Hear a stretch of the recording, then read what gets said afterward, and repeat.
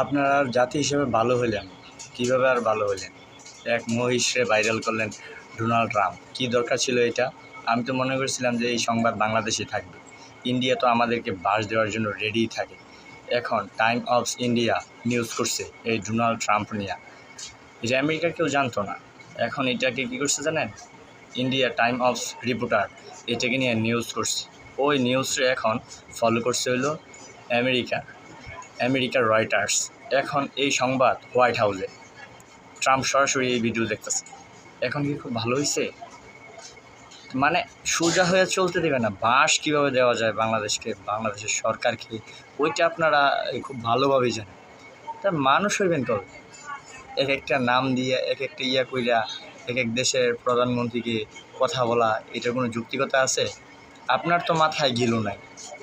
আপনি তো ভাইরাল করে দিয়েছেন ডোনাল্ড ট্রাম্প। মাথায় যদি ওই রকম ভালো বুদ্ধি থাকতো তাহলে আর করতেন না। মাথায় হচ্ছে গোবর। আপনার দেশের ভালো ভালো মেধাবী ছাত্র ছাত্রী আছে, ছেলে আছে, মেয়ে আছে, ওরা আমেরিকার জন্য ভিসা পায়, আমেরিকা যাওয়ার জন্য অনুমতি পায়, ওদের ওই যোগ্যতা আছে। তো ওদের পথটা তো দিলেন নষ্ট করে। এটা কি উচিত? আপনাদেরকে নিয়ে সামনে আগায় যাওয়ার কোনো সিস্টেমই নেই।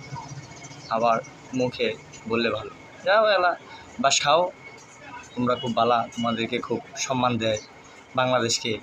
এখন মহিষের সাথে নাম দাও ট্রাম্প, এখন বাস খাও। এটা নিয়ে নিউজ তো এখন জায়গা মতো চলে গেছে। আমি তো ভাবছিলাম এই নিউজ যাবে না, না, বাস দেওয়ার জন্য তোমাদের পিছিয়ে ব্যারেল রেডি, ব্যারেল।